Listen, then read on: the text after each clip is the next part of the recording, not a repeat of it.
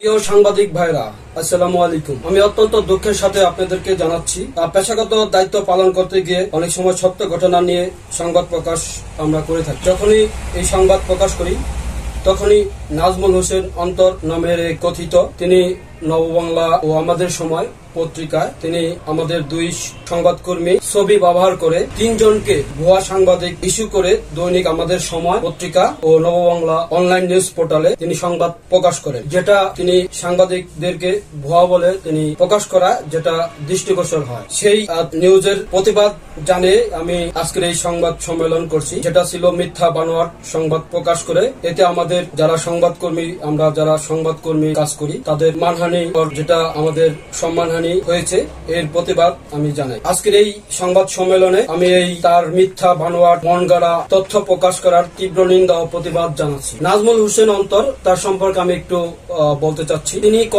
কলেজে যখন লেখাপড়া করেন, বিশেষ করে দোহারনবাবগঞ্জ কলেজে, তিনি জাতীয় পার্টির, জাতীয় ছাত্র সমাজের সাংগঠনিক সম্পাদকের দায়িত্ব পালন করেছেন। এরপর নয়নসি ইউনিয়ন ছাত্র সমাজের সভাপতির দায়িত্ব পালন করেছেন। এরপর তিনি আবার কখনো তিনি নিজেকে জাতীয় পার্টির নেতা, আবার কখনো তিনি আওয়ামী লীগের নেতা বলে তিনি দাবি করেন, আবার কখনো তিনি সংবাদকর্মী পরিচয় দিয়ে বিভিন্ন জায়গায় তিনি অপকর্ম চালিয়ে যাচ্ছেন। বিভিন্ন মানুষকে তিনি হয়রানি করে বিভিন্ন সময় বিভিন্ন পরিচয় দিয়ে ক্ষমতার অপব্যবহার করে মানুষকে তিনি বিভ্রান্তিকর করে থাকেন। আমি এই নাজমুলের বিষয়ে আমি আমাদের দোহারনবাবগঞ্জের মাননীয় সংসদ সদস্য সালমান রহমান, প্রধানমন্ত্রীর মাননীয় উপদেষ্টা, এমপি মহোদয় সহ উপজেলা প্রশাসনের দৃষ্টি আকর্ষণ করছি। এই নাজমুল তিনি যে মিথ্যা অপবাদ দিয়ে সাংবাদিককে তিনি সেই লাঞ্ছিত এবং অপমানিত করেছেন, আমি তার তীব্র নিন্দা ও প্রতিবাদ জানাই এবং তার বিচারের দাবি জানাচ্ছি। সেই সাথে আপনাদেরকে আমি বলতে চাই, তার এই যে মিথ্যা তথ্য প্রচার, এই প্রচারের বিষয়ে আমি উপজেলা প্রশাসনের প্রতি বিনয়ের সাথে অনুরোধ জানাই, যাতে এই মিথ্যা তথ্য খোঁজ খবর নিয়ে যার বিরুদ্ধে তার আইনানুগ ব্যবস্থা নেন।